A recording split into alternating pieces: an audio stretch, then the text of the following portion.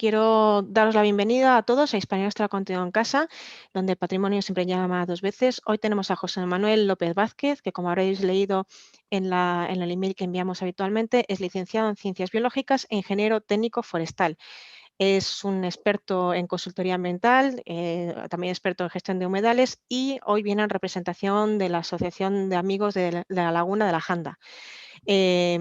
Que desde 2018 él es el presidente de dicha asociación. Nos va a hablar de la janda, que hasta su desecación a mediados del pasado siglo fue el mayor complejo palustre de España y uno de los mayores en relevancia ecológica de migración de aves de Europa y África.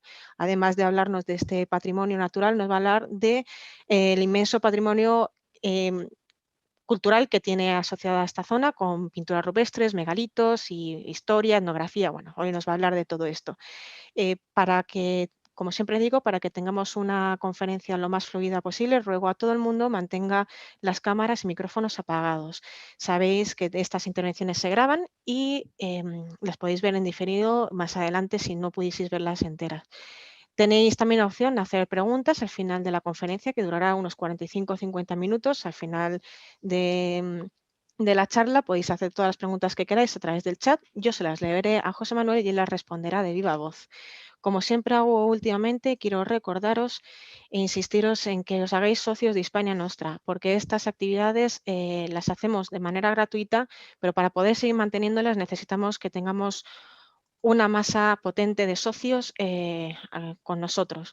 Así que si todavía no sois socios de Hispania Nostra, os invito fehacientemente a que os lo planteéis, y si lo que no queréis es poneros a hacer una cuota anual fija, pues también tenéis la opción de hacer donaciones puntuales.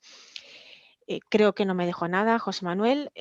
Bueno, sí, recordaros que tenéis, haré unas breves preguntas, una breve votación, una al inicio y otra al final. Espero que contestéis sinceramente, son respuestas anónimas, así que todo quedará pues eso, en el anonimato. Y dicho esto, pues te doy el paso, José Manuel, todo tuyo. De acuerdo, gracias Teresa. Y nada, buenas tardes a todos los que estén conectados por ahí. Vamos a empezar con la presentación. Pues eso, el título de la charla es ese que aparece ahí, es contaros un poco la historia de la nueva batalla de la Janda que estamos teniendo desde la asociación con ayuda de otras organizaciones para, bueno, intentar recuperar un poco la memoria y poner en valor la laguna de la Janda y todo su inmenso patrimonio natural y cultural que está bastante olvidado.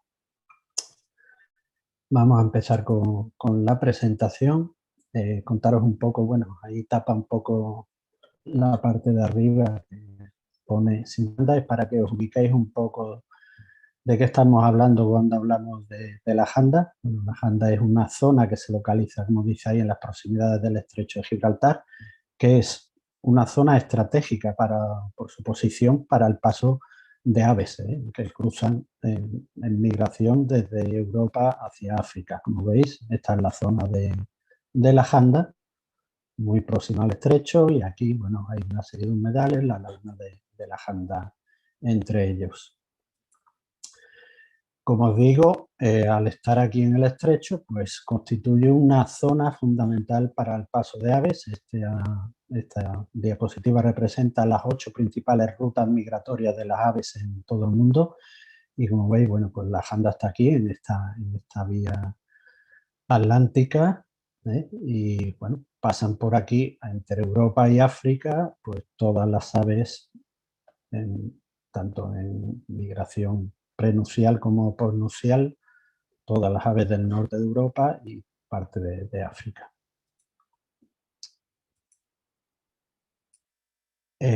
Aparte de esto, para poner un poco en contexto, bueno, pues decir que en la Janda había un gran humedal que hasta su desecación fue la mayor laguna de la península ibérica, era un humedal de miles de hectáreas, y es esa laguna, precisamente ese humedal, el que ha dado nombre a toda una comarca de la provincia de Cádiz y ha condicionado desde el inicio de los tiempos, desde la presencia del hombre, pues los asentamientos humanos y su historia, su patrimonio.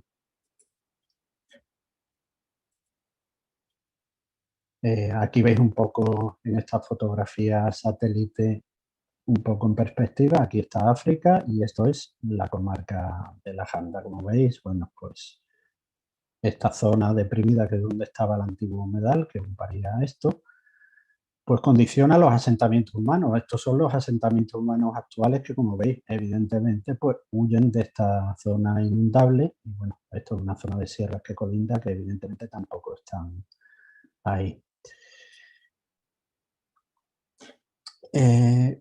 Contaros un poco, bueno, que no se ve ahí otra vez, la etimología, el origen de la palabra janda. Existen diversas teorías, pero a mí me gusta esta que os presento aquí, que es de un historiador militar, especialista también en etimología, que habla de que la palabra janda es casi tan antigua como el propio humedal, anterior casi a la historia, ¿no? Una palabra ya de tiempos prerromanos. Y deriva de esa palabra, tanda o zanda, que era como una especie de balsa con entrada-salida de agua. Y esa balsa o entrada-salida de agua se alimentaría, por una parte, fundamentalmente del río Celemín, que en esa antigua lengua íbera sería Sesarmín, que significa hacia la laguna, y su salida natural, la única salida que tenía esta zona húmeda, era hacia el río Barbate, que según esa misma terminología íbera es una mezcla de ar y ate, de sacar y alcanzar la salida. O sea, se vería muy claro en esta representación cartográfica, que es de 1811, bueno, durante la Guerra de la Independencia. Y bueno, por representarlo, simplemente aquí se ve muy claro. Hay un río que aporta agua, que sería en aquel momento el río Celemín, y la única forma de desaguar sería por el río Arbate, que está aquí, y a través de eso iría hacia el mar. El humedal se origina, bueno, pues precisamente porque hay una zona deprimida por tectónica, una zona que respecto a las sierras colindantes está más deprimida, y hay abierta en una serie de ríos, el río Barbate, el río Simín, el río Almodóvar y otra serie de ríos menores, y esa depresión tiene una salida muy limitada hacia el mar. A raíz de eso se forma un ejemplo típico de lo que se llama llanuras de inundación. Para que lo veáis un poco más claro, aquí las zonas estas en claro son las zonas más deprimidas, zonas llanas. Lo que tiene algo de relieve pues es todo lo que está alrededor. Y esto sería el antiguo humedal, ¿eh? Y este es el río Barbate, que es la única salida que tiene hacia el mar, que tiene que pasar por aquí, por una de pasos estrechos. Esa es la única salida. De ahí que se forme el humedal. Vais a ver aquí más claro la salida, ¿eh? El río Barbate viene por aquí, pasa por esta angostura entre estas dos montañas, se llama el Cañón de Jandilla, pasa por una zona que es la Laguna del Torero, desecada ya mucho antes que otros lagunas de la Janda, y luego por una doble angostura, aquí en el entorno de Vejer de la Frontera, que está aquí la barca, rodea esta sierra, Sierra Granada, y pasa por dos puntos muy estrechos. Lo vais a ver aquí otra vez en perspectiva, Cañón de Jandilla y la otra angostura hasta buscar la salida al mar. El agua que viene de toda esta zona llana, que como veis ahora es una zona llana porque era la depresión donde estaba el humedal, ahora mismo está todo convertido en regadíos. Bueno, pues ¿qué pasa cuando llueve mucho? En toda esta depresión entra muchísima agua de las montañas colindantes, y los ríos, el río, al tener limitado por estos estrangulamientos su salida natural hacia el mar, cuando crece mucho acaba desbordando. ¿Cómo desborda? Bueno, pues aquí tenéis una representación, yo creo que se ve bastante claro. El río viene por aquí, arrastra una serie de materiales que se acumulan en su fondo, y otros, cuando llueve mucho, el río sube y empieza a desbordar hacia el lado, va depositando en torno a sus bordes materiales que acaban formando un muro natural, le ves el nombre técnico. Evidentemente los materiales que pesan más al desbordarse pues se depositan antes, gabas, canto rodado, más pesado, y el agua pues sigue arrastrando los materiales más finos que acaban depositándose aquí. Con el sucesivo paso del tiempo, bueno, pues estos fondos van subiendo, el fondo del río se va elevando también y los muros van decreciendo. Pero ¿qué pasa cuando llueve mucho? Este río desborda y el agua, pues evidentemente saldría por aquí arriba y se quedaría aquí inundada, incluso más, subiría todo el cauce del río, formando la llanura de inundación hasta los límites de la depresión. Pero enseguida que deja de llover, bueno, pues poco a poco el agua que está por encima de este nivel vuelve hacia el río y va desaguando. Pero el agua que queda aquí, a este lado y a este lado, queda encharcado. Y esos son los encharcamientos o humedales, lagunas de la Janda, que no son más que llanura de inundación del río Barbate, del río Selemín, del río Almodóvar. En la situación de máxima precipitación, cuando ha llovido muchísimo, pues todos esos ríos se desbordan, se llena esta llanura, pero enseguida el agua empieza a volver a sacuarse, pero quedan estas llanuras de inundación que son las antiguas lagunas, la laguna de la Janda, la de Jandilla, la Partina. A medida que avanza el estiaje, pues esas lagunas, que son muy superiores a la inundación, se van disgregando en otras lagunas más pequeñas. Y finalmente, al finales del verano, al final del estiaje, lo único que quedaba con aguas permanentes era esta zona central de la antigua laguna de la Janda, que se llamaba el Charco de los Ansares. Todo lo demás eran humedales temporales muy superficiales, que como veis hoy día pues está totalmente desecado, transformado. Bueno, pues este humedal en el pasado, vamos a contar un poco de cuál era la situación del humedal en el pasado. Estaba rodeado por un entorno de bosques y pastizales naturales, también con algunos roquedos que propician la abundancia de aves, de grandes herbívoros que se alimentan de esos pastizales, incluso terrenos fértiles que permiten asentamientos agrícolas ya en la prehistoria, ¿no? Esto es una representación, esto corresponde al estrecho de Gibraltar, pero bueno, es porque os hagáis una idea, porque es una zona que podríamos similar. Tenemos roquedos, zonas boscosas, zonas de pastizal con grandes undulados y bueno, pues los primeros humanos que aparecen por ahí, bueno, pues tienen estos recursos aquí, tienen material vegetal para construir sus viviendas, tienen caza abundante, agua y zonas de roquedo, un abrigo rocoso donde bueno, hace zonas para sus rituales o incluso para refugiarse.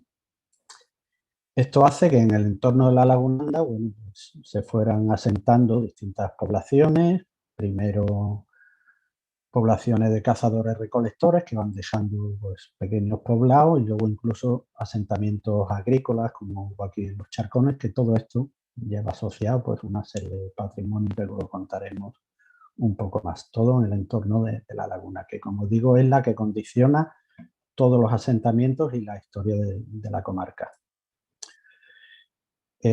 Asociado evidentemente a esos asentamientos humanos, bueno, pues se va desarrollando un patrimonio tanto histórico como etnográfico muy, muy relevante, ¿no?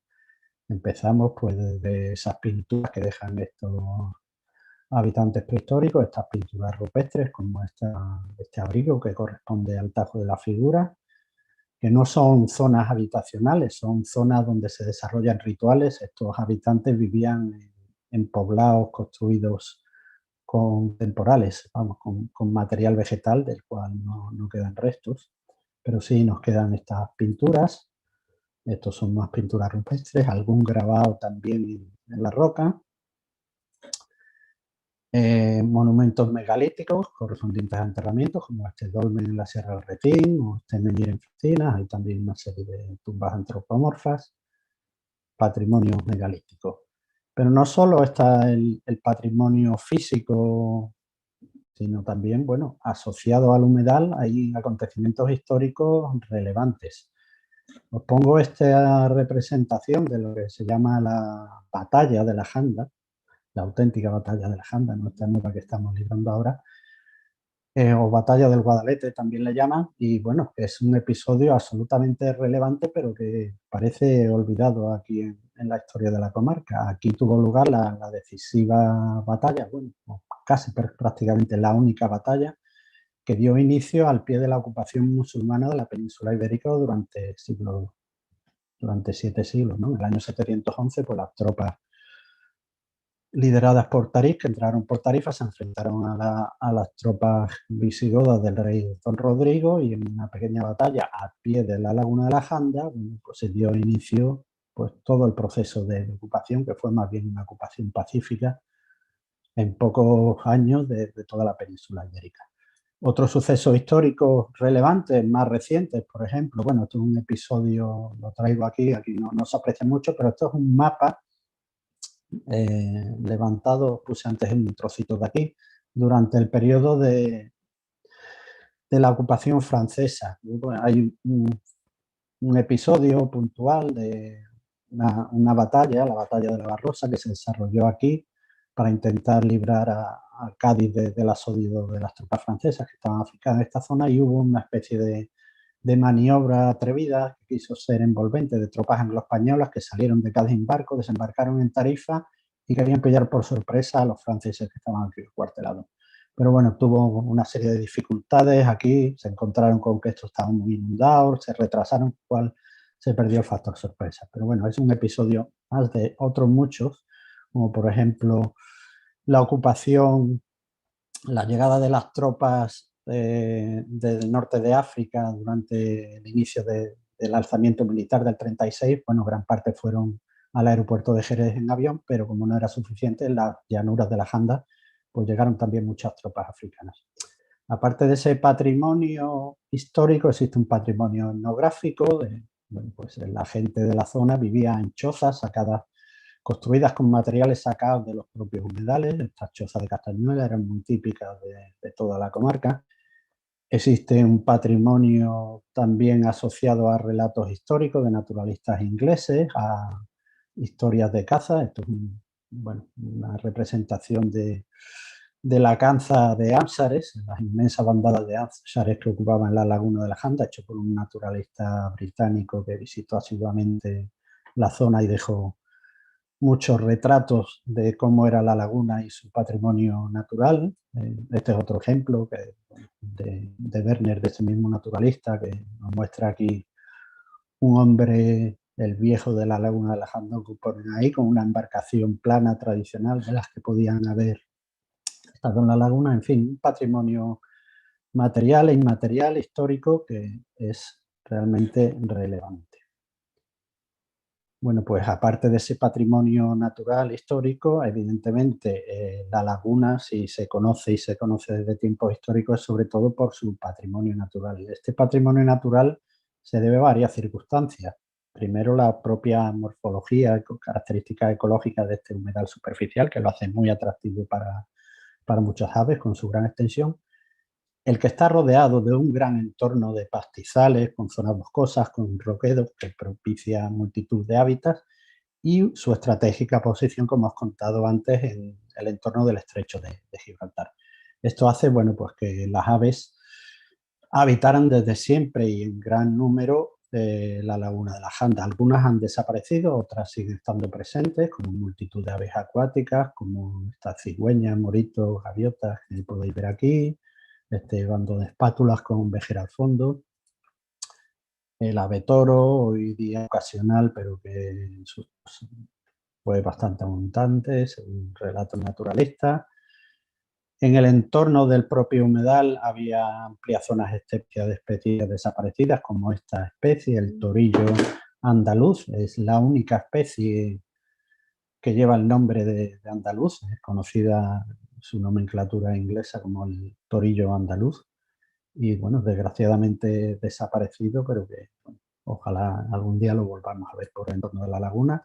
También desaparecido desgraciadamente ya del entorno la butarda, y cada día menos frecuente el sisón, otras aves esteparias del entorno de la laguna. Sigue habiendo paseriformes también propios de zonas esteparias, algunos en migración, como la carraca que está ahí. En el entorno, en las zonas boscosas, pues hay distintas rapaces nidificantes, aparte de migración, como bueno, esta águila culebrera, que hay una población residente, y también hay muchas migratorias, como otras muchas.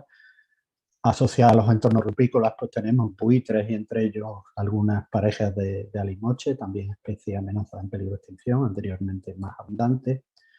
Y bueno, como especie así más simbólica de la laguna y de la asociación, pues la grulla común, actualmente solo en invernada, pero que tuvo en la Janda, aquí veis un nido, la única zona conocida de nidificación en el sur de Europa y que desapareció en los años 60 del pasado siglo, como consecuencia de los trabajos de desecación. Bueno, eso es un poco por dar una pincelada del patrimonio histórico, del patrimonio natural de la Laguna de la Janda, que como os digo, pues lo convierten en uno de los sitios de mayor biodiversidad y mayor relevancia ecológica de Europa. Gran parte de esa biodiversidad se ha perdido, pero en gran parte, afortunadamente, bueno, sigue estando ahí.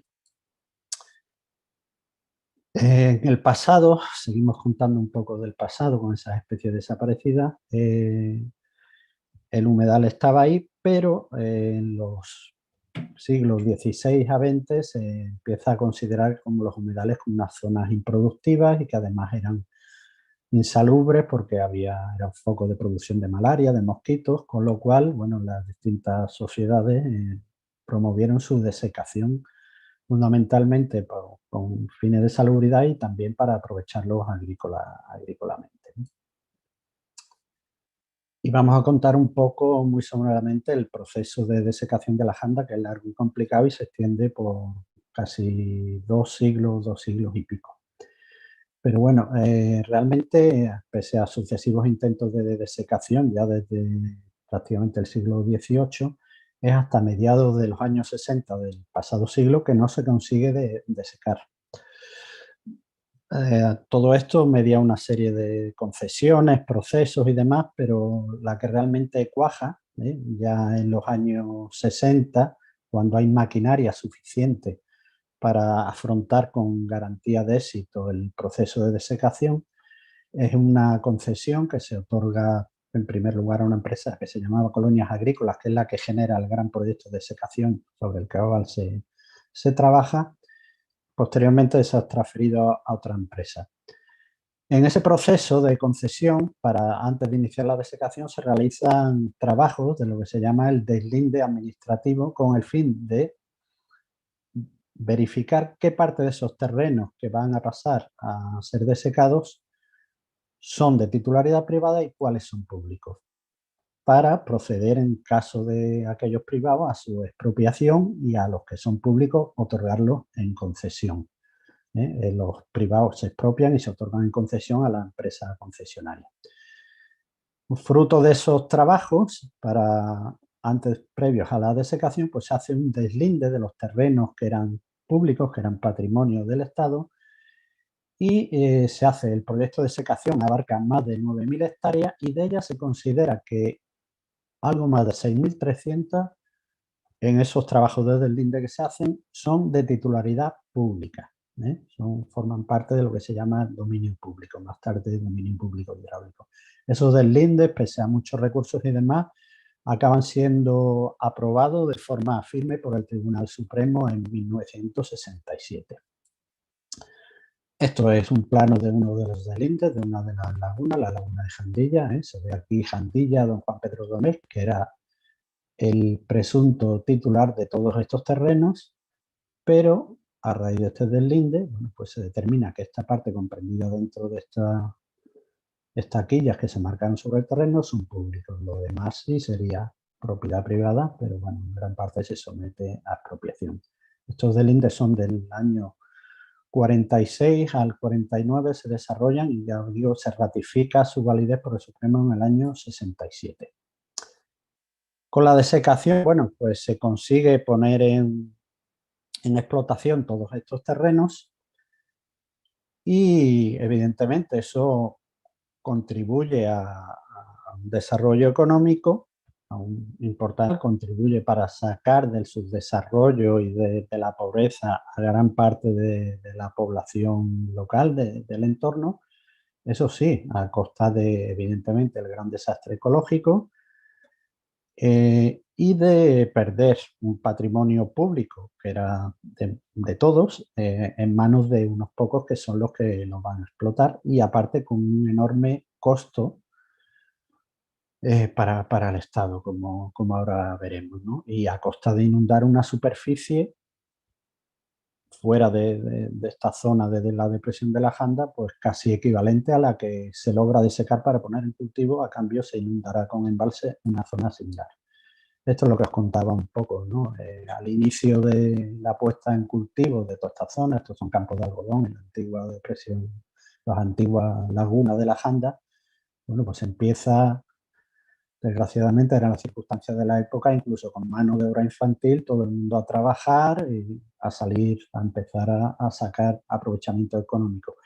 Este trabajo pues consigue sacar, como digo, del subdesarrollo y de la pobreza más extrema a gran parte de la población. Pues esta gente, bueno, pues afortunadamente ya con los salarios, la modernización y demás, pues deja de haber casi trabajo escolar, hay trabajo infantil.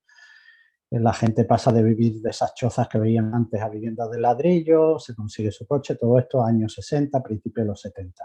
Sin duda, una contribución enorme al desarrollo comarcal. Pero como digo, a costa de inundar pues casi una superficie equivalente a lo que eran las antiguas lagunas, que son estas que están representadas con el borde azul, pues a cambio, para desecar todo esto, aparte de una serie de canales, se construyen una serie de embalses. El embalse del Barbate, el embalse del Celemín, el embalse de Almodóvar, que, como veis, acaban inundando una superficie casi similar, con un enorme costo en obras de unas dimensiones tremendas, con un tremendísimo coste público de construcción de embalses y demás, que bueno, acaban beneficiando evidentemente a unos pocos en detrimento, que son los que explotan estos terrenos y los constructores que hacen todas estas obras hidráulicas, a costa de perderse terrenos de vega, de propiedad privada, de pequeños propietarios de estas otras zonas, por ejemplo, ¿no? Y terrenos de igual o mayor valor agronómico que los que se consiguen ahí. Aparte de, una vez desecado todo esto, bueno, pues la idea con esa desecación, ese proceso de desecación, primero era su explotación por una gran empresa, que era la que había conseguido la desecación, pero en el año 1964, en pleno desarrollismo, España ya empieza a integrarse un poco, tener más ámbito internacional después de la posguerra, y decide el Estado que era de mayor interés para el Estado, no ya que lo aprovecharan unos pocos propietarios, sino que eso podría ser una zona para colonizar, otorgar esa zona a pequeños parcelistas que sacaran aprovechamiento agrícola de aquello, con lo cual se rescata la concesión. En 1964 se procede a rescatar esa concesión. Esa era la idea inicial, pero realmente no se llega a hacer. Ese rescate no se hace efectivo y esos antiguos ocupantes, esos grandes propietarios, que eran además, por así decirlo, amigos del régimen, muy próximos al régimen político franquista, que por aquel entonces, un poco en pago de favores prestados durante la guerra civil, bueno, pues no se hace efectiva esa entrega a la concesión, se rescata, pero no se hace ese efectivo, se rescata y se deja a los antiguos concesionarios seguir ocupando los terrenos. Y esa es la situación que, transcurridos casi 50 años, más de 50 años, 60 años, pues seguimos encontrándonos hoy en día. Un dominio público con concesión rescatada, pero ocupado como si fuera, a todos los efectos, terrenos privados. La situación actual, bueno, pues la situación actual difiere mucho de la que os contaba en los años 60. Evidentemente aquello sirvió para el desarrollo socioeconómico, para sacar a la gente de la pobreza y generaban muchísimo empleo. Eran mano de obra, la agricultura era básicamente manual, había poca maquinaria, las cosechas se plantaban, se recogían a mano. Hoy en día eso es totalmente distinto, la mano de obra que generan esos terrenos de los antiguos humedales es mínima, está todo mecanizado y son grandes cultivos explotados por unas pequeñas empresas con muy poca mano de obra, maquinaria enorme y subvencionada por política agraria comunitaria, básicamente. Los puestos de trabajo que se generan son muy pocos. Por otro lado, bueno, pues la sociedad de nuestros días cada vez demanda un mayor interés por el medio ambiente, y ya en los años 80, que es cuando 80, principios de los 90, cuando nace nuestra asociación, empieza a haber una demanda básicamente de la sociedad urbana por recuperar un poco el medio natural y acercarse al mundo rural y a la naturaleza y, bueno, a tener esas necesidades de ocio. Y empieza a reclamarse, bueno, pues esa reversión a esos valores naturales y tradicionales por parte de la sociedad.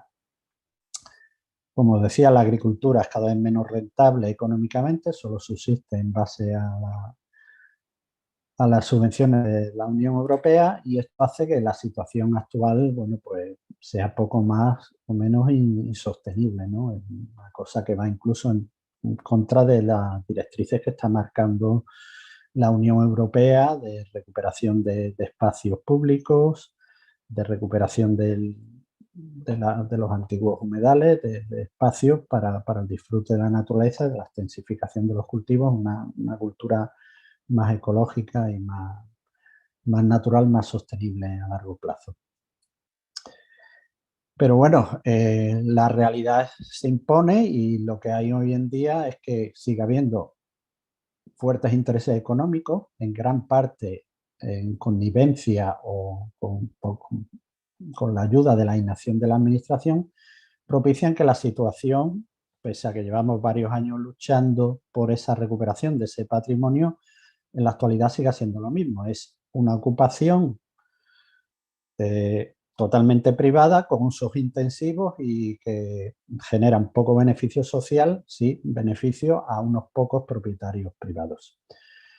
Y bueno, aunque la laguna se ha desecado y se han hecho enormes transformaciones, el humedal sigue ahí, y prueba de ello es que años con mucha lluvia se sigue inundando y, bueno, prueba de ello es este. Os voy a poner un trocito de un vídeo. Vamos a ver si se ve. No me deja verlo ahora. Ya estamos. Teresa, esto es lo que tú decías, ¿no? Que no me deja compartir el vídeo ahora. No sé por qué.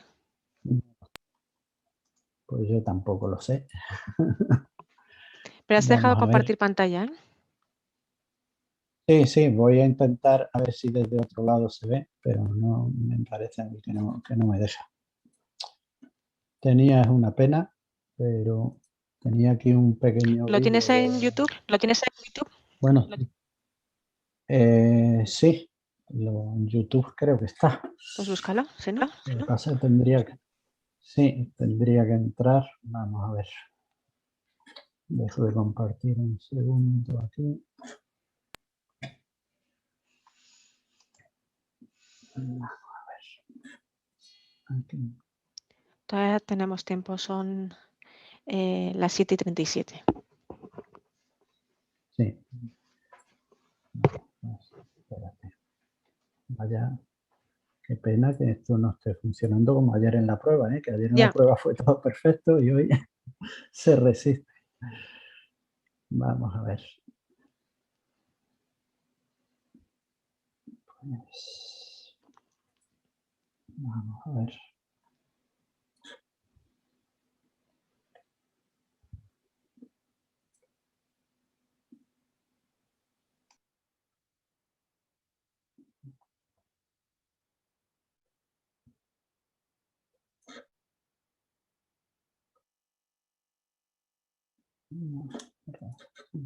Tengo que cambiar aquí.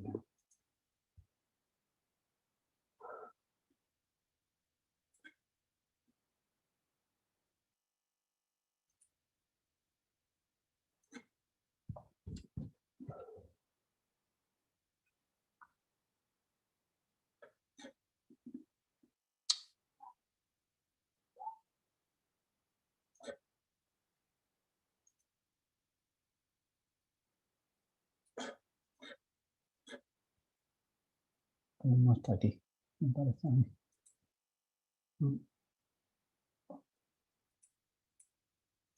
Mira, pues vamos a dejarlo porque Si no, no, no sí, consigo continuamos localizarlo. con la... Lo siento que lo perdáis, pero Bueno, otra opción es que si no, vamos a seguir. lo pongamos en nuestra página web, en la página web de Hispania Nuestra a posteriori. Cuando colgamos el vídeo de Sí, esta grabación, lo podemos añadir a posteriori para que la gente que tenga interés lo pueda ver. vale. Vamos a ver qué pasa ahora. ¿Por qué no me deja? Porque no se está viendo la presentación. Es lo tuyo ahora.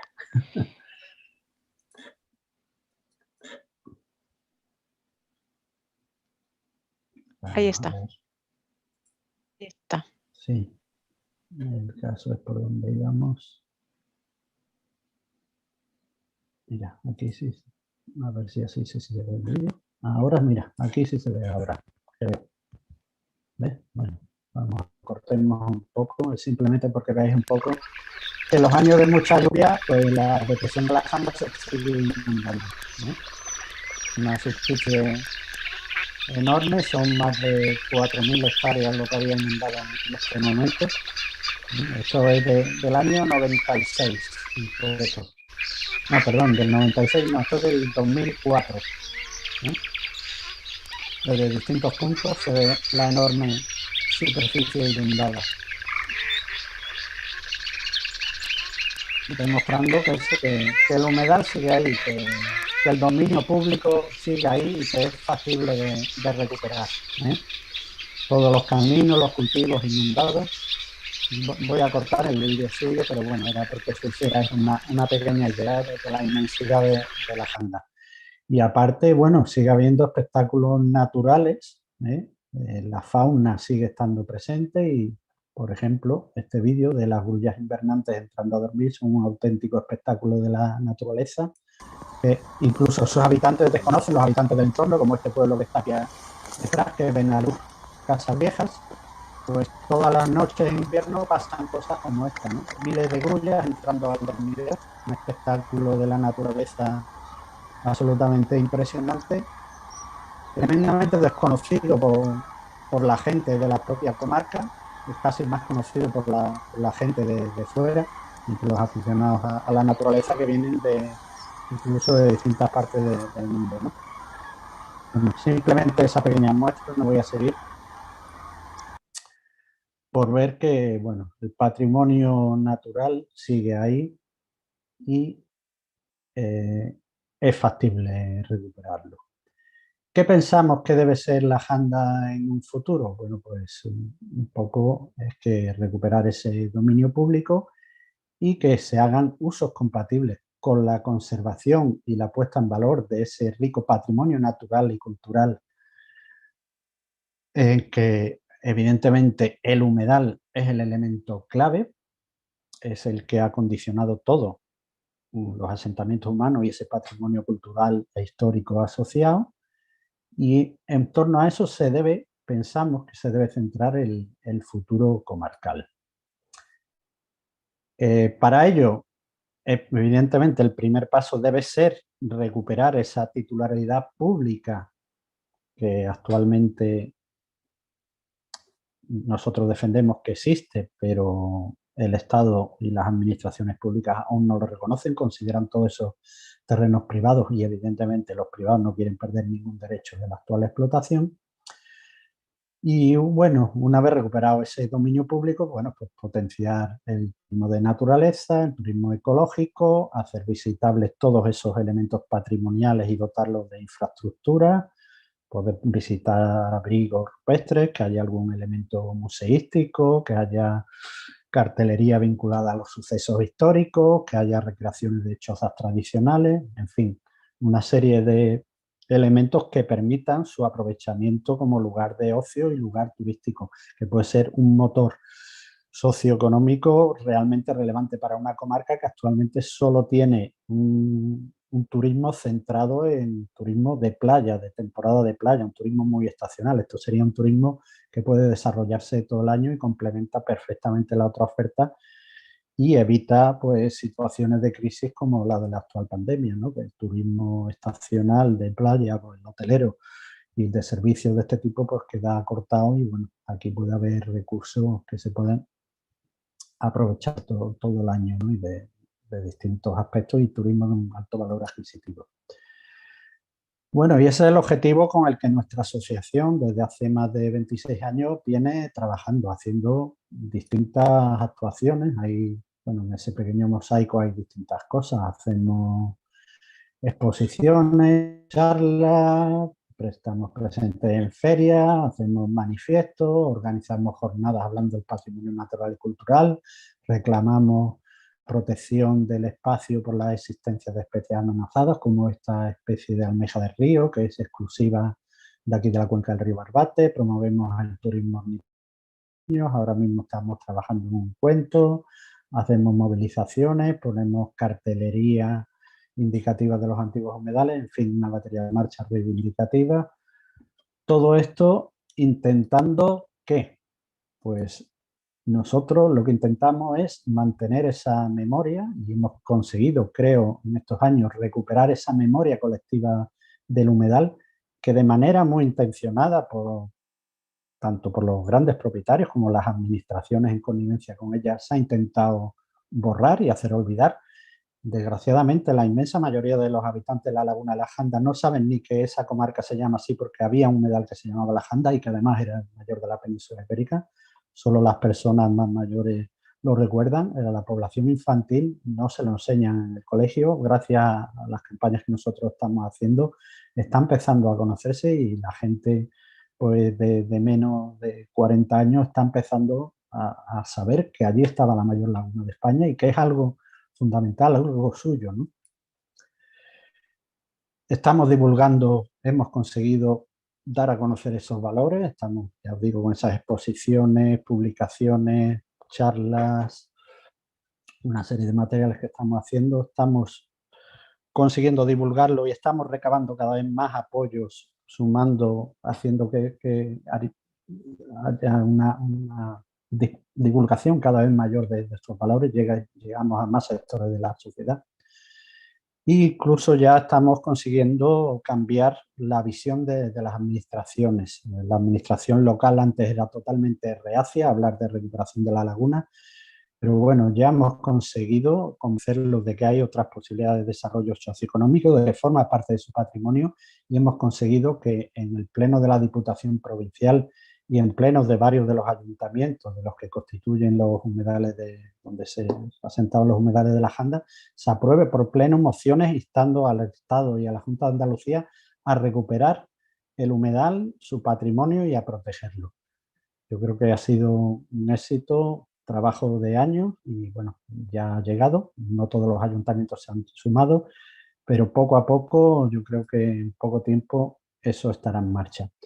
Incluso hemos conseguido que se inicien expedientes administrativos de investigación y recuperación de ese patrimonio público, de ese dominio público hidráulico, que será el primer paso que luego debe dar paso a todo lo demás de desarrollo, de turismo, no solo vinculado al humedal, sino todo el patrimonio cultural de alrededor.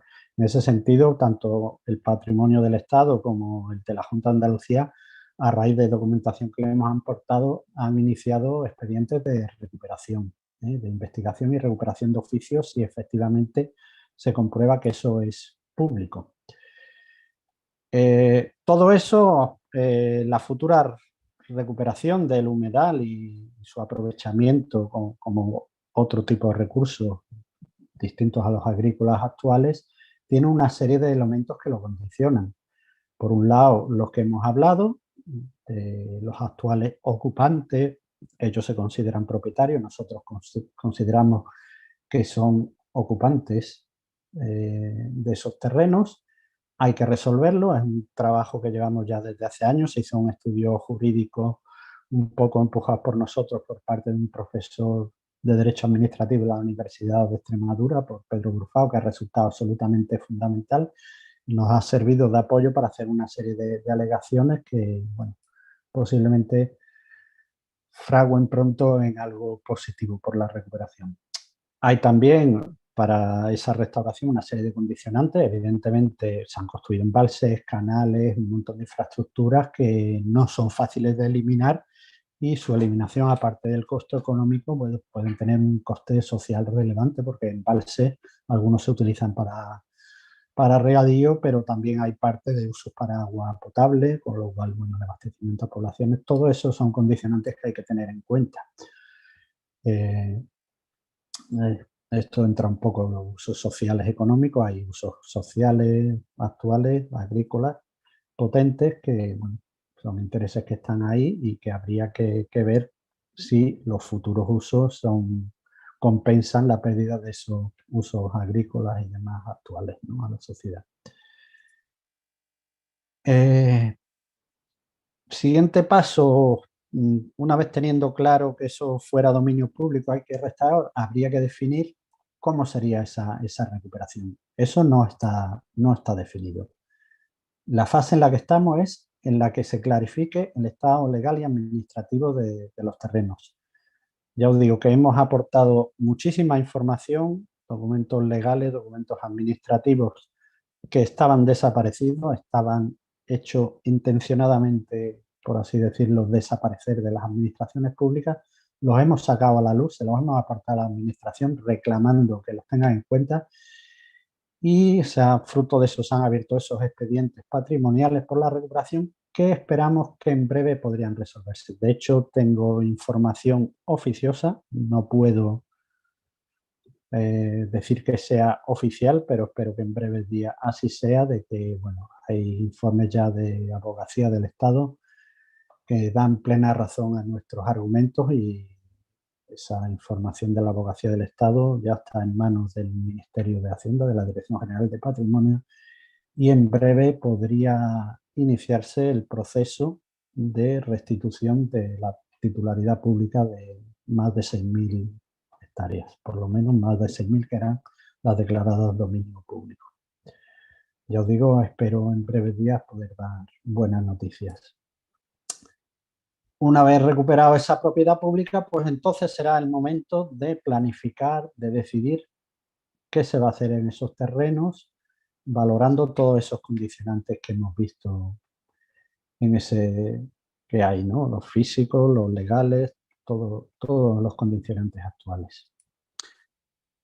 ¿Es posible recuperar la janda? Pues evidentemente sí, hemos visto que se inunda cuando llueve mucho y demás, pero hay una serie de condicionantes. Entonces, sí, aún tardaremos un tiempo en recuperar el humedal y posteriormente el patrimonio histórico y natural que hay vinculado a él, recuperarlo y ponerlo en valor.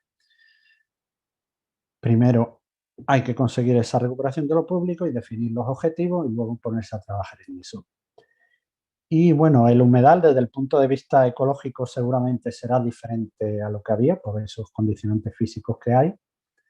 No será la janda igual a la que existió antes de la desecación, pero bueno, hay posibilidades de hacer muchísimas cosas que no serán iguales, serán distintas, pero no tienen por qué albergar menos biodiversidad, ¿eh?, de la que tuvo en su tiempo. Y bueno, como decimos, probablemente no, seguro, en el futuro la restauración mezclará la convivencia de los valores naturales con algunos aprovechamientos, pero aprovechamientos sostenibles en parte de esos terrenos públicos, aprovechamientos ganaderos, de agricultura ecológica de bajo impacto, con alto valor añadido. Sin duda, estoy convencido de que en pocos años ese va a ser el futuro de la comarca, y ya creo que he cumplido el tiempo y simplemente ya pasar a vuestras preguntas.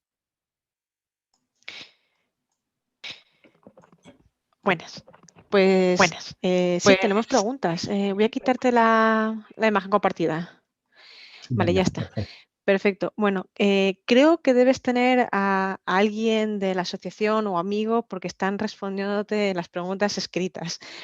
Porque ponían, no sé si es así, pero tienes a Fran respondiendo por ti, diciendo, por ejemplo, que la propiedad es de la recuperación de la janda corresponde a la Junta, porque está en la cuenca de Guadalete y Barbate. Bueno, No, ¿es eso así? es un tema discutible. Efectivamente, la las transferencias para la administración y gestión, al ser una cuenca intracomunitaria exclusiva andaluza, el Guadalete-Barbate, estas transferencias han sido transferidas a la Junta de Andalucía, pero el dominio público tiene carácter estatal, ¿eh? Con lo cual, Patrimonio del Estado es el primero que tiene que velar, porque si la Junta no lo hace de oficio, como titular de ese patrimonio, que es de todos los españoles, no de los andaluces, sino de todos los españoles, es patrimonio del Estado.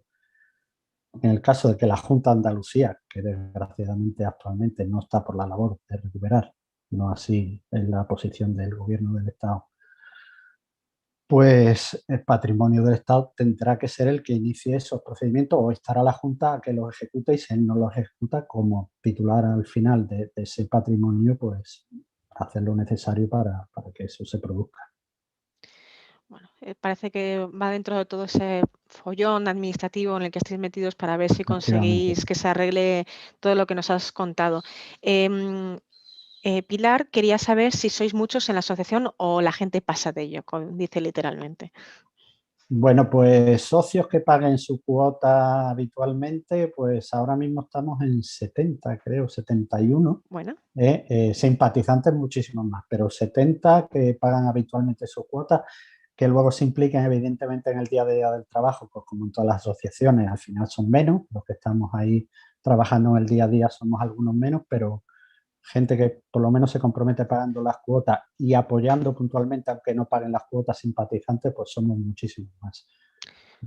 O sea que por lo menos movimiento ciudadano hay. De hecho, al respecto tiene Miguel otra pregunta, y es saber si habéis iniciado, que yo entiendo por lo que has comentado que sí, pero si habéis iniciado algún procedimiento judicial para la reversión patrimonial a favor de todos los ciudadanos.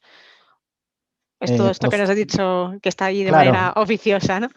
Exactamente. Procedimiento judicial no hemos intentado, porque bueno, los procedimientos judiciales, aparte de largos, lentos y demás, son muy costosos. Una asociación como la nuestra no puede costearse abogados, procuradores, para pelear durante años en un litigio que iba a durar años con grandes propietarios, con grandes poderes, que van a tener a los mejores abogados de España a su lado. Entonces, lo que intentamos es la vía administrativa del convencimiento, de la aportación de pruebas, y que sea la propia administración de oficio la que haga ese trabajo, aportándole nosotros las pruebas. Esa fase se ha hecho, hemos aportado toda la documentación que acredita claramente que es público. De hecho, os digo oficiosamente que me consta que existe ya informes de la Abogacía del Estado dando la razón a todas esas alegaciones que hemos hecho, y que esos informes de la Dirección General del Agua del Ministerio de Transición Ecológica ya se han transferido a Patrimonio del Estado, en el sentido de que esto es público. No lo tengo físicamente el informe, espero tenerlo en pocos días. Sí, se lo hemos requerido tanto al Ministerio de Transición Ecológica como a Patrimonio del Estado para hacerlo público. Ahora mismo es algo oficioso, lo sé porque me lo han comentado, fuentes fidedignas, pero no puedo mostrarlo. No podemos decir más. Y en caso de que a partir de ahí la Administración del Estado o la Junta no iniciaran ese procedimiento de recuperación, que tiene que ser de oficio, no hace falta que ya se le diga más, tienen las pruebas y debe hacerlo de por sí. En caso de que no lo hicieran, entonces sí, en conjunto con las otras grandes asociaciones conservacionistas españolas, como SEO, Ecologistas en Acción, Ríos con Vida, en fin, bueno, las mayores asociaciones conservacionistas de España que nos están apoyando en esto, sí emprenderíamos acciones judiciales para instar a la Administración por dejación de funciones si no hicieran esa recuperación de oficio. Ese sería un paso posterior. Bueno, voy a aprovechar para lanzar la segunda pregunta de la encuesta sobre la conferencia. Y bueno, ahí con un comentario que has hecho, este último comentario que has hecho, José Manuel, creo que se responden preguntas que hay en el chat sobre el estado del comunicado, o sea, de esa intención de revisar la situación actual. Hay una serie de preguntas que van al hilo de esto que has comentado, que yo creo que quedan ya respondidas. También quedan respondidas la pregunta de Eva, que era ¿en qué término municipal está la laguna? Y Daniel responde por ti diciendo que esencialmente está en Vejer de la Frontera, llega hasta Tarifa y también pasa por Benalup en Casas Viejas. Un poco más, está incluso más. Términos municipales de Vejer fundamentalmente, Barbate, Tarifa, Medina Sidonia, Benalub no tiene nada dentro del humedal. Benalub es una pequeña escisión, bueno, pequeña, una escisión de Medina Sidonia, y la parte que era de humedal se quedó en Medina Sidonia. Son cuatro municipios. Entiendo. Y Mari Carmen quiere saber dónde se localizan los abrigos rupestres. Bueno, pues los abrigos rupestres están en todas las sierras que rodean, fundamentalmente la zona de la laguna de la Janda. Son fincas de propiedad privada, inaccesibles. Solo hay una finca pública, que es la más conocida, el Tajo de las Figuras, con innumerables representaciones de aves. Ha estado visitable un tiempo, es titularidad actualmente de la Consejería de Cultura, es patrimonio andaluz. Fue propiedad en su tiempo por el Estado y transferido a la Junta de Andalucía, pero desgraciadamente no es visitable. Está todo en fincas privadas cuyos propietarios no permiten el acceso. Es una de las cosas que, una vez se recupere la titularidad pública y se empieza a poner en valor todo el patrimonio natural y cultural, inevitablemente debe, como bienes de interés cultural que son, porque así están declarados bienes de interés cultural, debe articularse de algún modo que permita su visita puntual, con permiso, bueno, como se hace en todo este tipo, aunque sean Sí. bienes privados, pero al ser de interés público, pues Si son bienes de interés cultural, deben tener habilitadas efectivamente. en un horario de visitas. Te voy a hacer las dos últimas preguntas de las que hay, José Manuel. Como son ya las 8, voy a pedirte que seamos breves para terminar lo antes posible. Una de Mervyn, que comenta que en el Reino Unido hay una entidad que se llama Wildfowl and Wetlands Trust, que tiene una serie de reservas naturales en humedales que maneja para favorecer la fauna y la flora. Pregunta si habéis tenido relaciones con este tipo de entidades en otros países. Bueno, pregunta si hay apoyo social, que ya has respondido que sí, pero ¿ese tipo de relación con otros países existe? Sí, bueno, la Janda, como ya te he comentado durante la charla, es casi más conocida internacionalmente, sobre todo por la historia de naturalistas anglosajones que han visitado la zona. Por el público británico es muy conocido, bueno, y ya por el mundo ornitológico en general. Todos los aficionados a la ornitología europea conocen perfectamente la Janda y es un foco de atracción ya hoy en día en la situación en que está. Imagínate si estuviera restaurada. Y llevamos teniendo contacto con distintas asociaciones de hace tiempo. El principal problema que hemos tenido, tenemos todo su apoyo, hemos sacado artículos en prensa internacional especializada en estos temas y ellos incluso están dispuestos a invertir. El problema que hemos tenido hasta ahora es que no hay disponibilidad de terrenos para hacer esos trabajos de restauración. Están en manos privadas y con negativa total y absoluta a hacer trabajos de restauración. Una Volvemos vez que siempre a lo mismo de siempre, la el titularidad. problema de la propiedad, exactamente. Por eso es el trabajo en que nos hemos centrado en la asociación los últimos 5 años. Una vez resuelto esto, las cosas vendrán, yo creo, de corrido. Tenemos potentes organizaciones detrás dispuestas a invertir muchos cientos, incluso millones de euros, ¿eh? en, en recuperación de humedales en la Janda y puesta en valor de humedales en la Janda. Organizaciones como esta que han mencionado, Sí. o otras varias que han entrado en contacto con nosotros insistentemente diciéndonos, pero ¿cuándo podemos? Dime dónde. Y desgraciadamente no hemos podido decir porque no había terreno disponible. Bueno, te voy a decir la última pregunta, que en realidad son varias, pero bueno, pregunta Nuria que qué pasaría con los embalses de Celemín y de Barbate, si disminuiría el volumen de agua retenidos en ellos. Y también Miguel quiere saber si hay posible relación entre el interés natural de la laguna inundable y el aprovechamiento agrícola.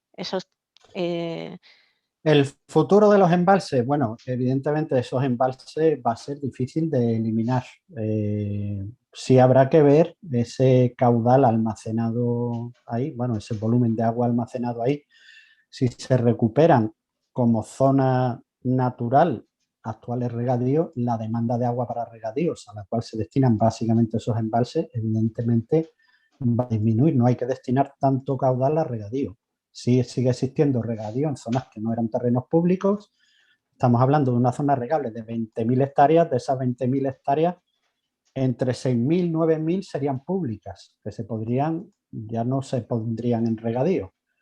Pero sigue habiendo 10.000, 12.000 hectáreas públicas que evidentemente hay que regar, tienen sus derechos y el agua viene de sus embalses.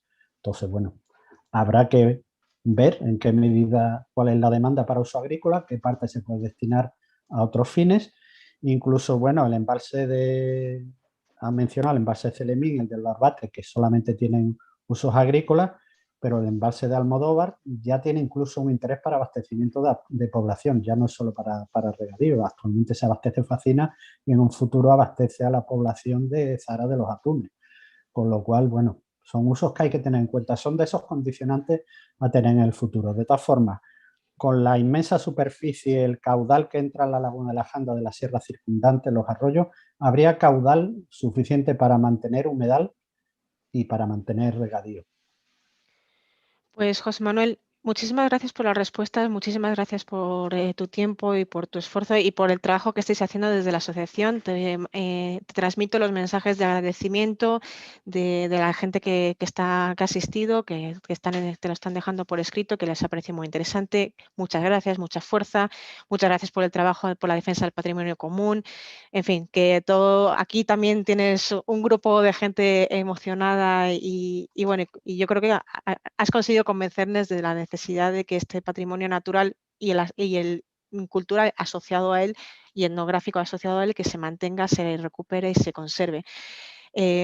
Insisto una vez más, muchísimas gracias por tu tiempo, José Manuel, muy interesante, y quería recordaros a todos que tenemos ya programada la siguiente sesión de Hispania Nuestra Contigo en Casa para el martes que viene. Se trata de arquitectura religiosa. Se llama Manual de Instrucciones para Proyectar, de la mano de David García Senjo y Ana. También va a ser muy interesante. Como sabéis, estas conferencias Hispania Nuestra Contigo en Casa son muy diversas, para todos los gustos, y bueno, os invito a que os inscribáis si todavía no lo habéis hecho. Y bueno, pues yo creo que podemos cerrar ya, José Manuel. Insisto, muchas gracias, y a todos muchas gracias por asistir. Muy Muchas buenas gracias. tardes. Gracias a Hispania Nostra por permitirnos seguir divulgando nuestra batalla particular de la Janda. Patrimonio somos todos, como decimos en nuestra asociación. Efectivamente. Un saludo, hasta luego. Hasta luego, Teresa.